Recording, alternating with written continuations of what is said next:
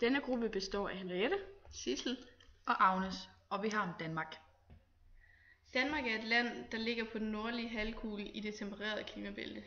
Landet er placeret sydvest for Sverige og syd for Norge og grænser op mod syd af Tyskland.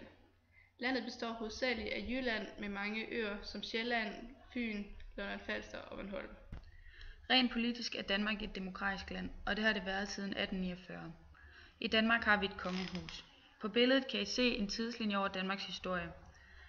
I 1880'erne kom industrialiseringen til Danmark, og efter begyndelsen af industrialiseringen mister vi Sønderjylland.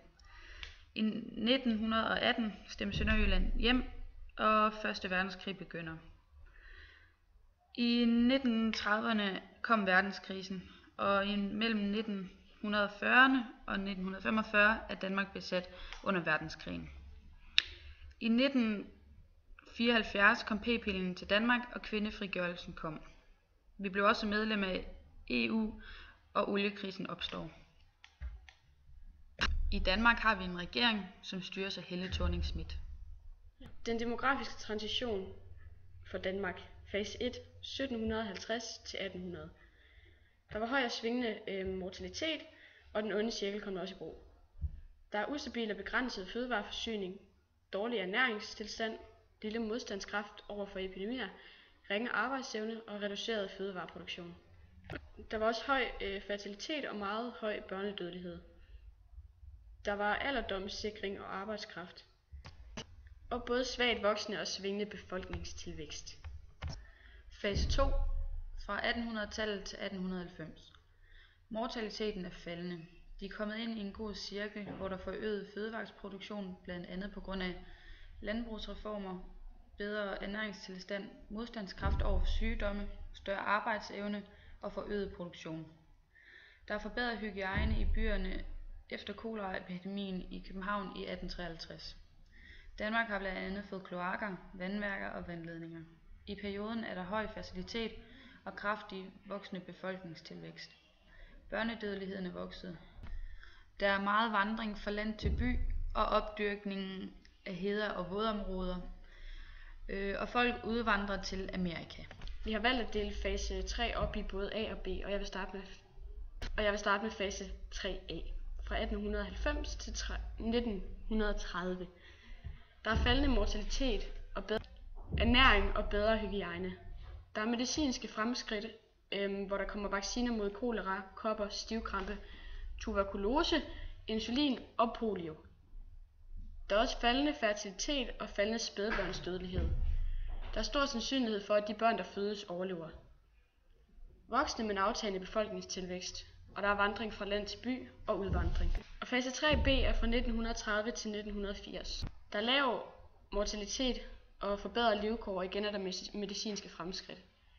Fertiliteten er faldende og stadig svingende.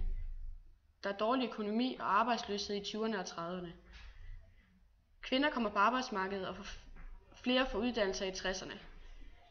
Der kom også p-pillen, som gjorde det muligt at få en anden form for beskyttelse i 1967, og fri abort i 1973.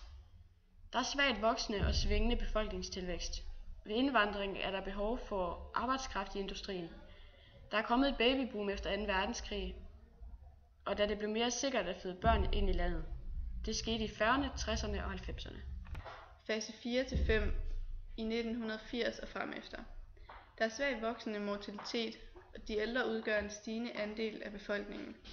I Danmark er der lav fertilitet, fordi der er et lavt antal af fødedygtige kvinder.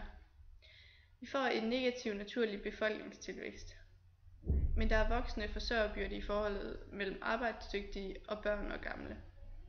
Der er behov for arbejdskraft, og derfor er der meget indvandring i landet. Her har vi nogle modeller for befolkningspyramider. Pyramide A repræsenterer en befolkning med både høj mortalitet og høj fertilitet, men med en lille befolkningstilvækst.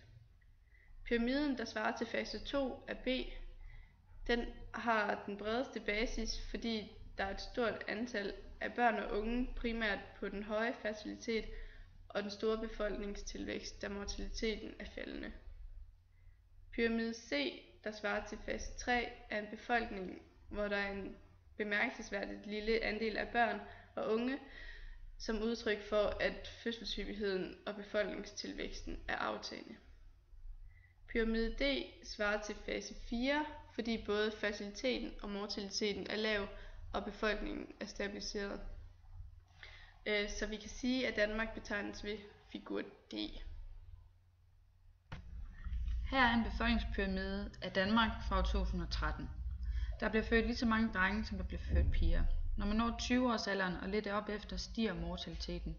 Det kan fx være fordi, at unge i den alder lige har fået kørekort eller drikker meget. Mellem 45 og 50 år er der mange mennesker. Efter 70 år stiger mortaliteten kraftigt. Generelt er Danmark et land med en stabil befolkning. I Danmark kan man se, at den forventede levealder i 2007 det var 78,3 år, hvor i Afrika syd for Sahara, der var den kun 50,8 år.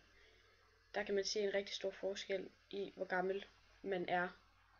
Der er også en stor forskel ved børnedødelighedspromillen, hvor den i Danmark kun er på 4,4, og syd for Sahara, der er den på 146,3, hvilket er en meget, meget stor forskel. Der kan man se, hvor godt vi har det i Danmark. Og så er der også adgang til rent drikkevand, hvor de kun har 5% syd for Sahara, som har mulighed for at få rent drikkevand, og i Danmark er den helt op på 100%. I fremtiden kommer Danmark formentlig til at svare til en fase 5, og på lang sigt, når den lave fertilitet for 11 år når sig gældende.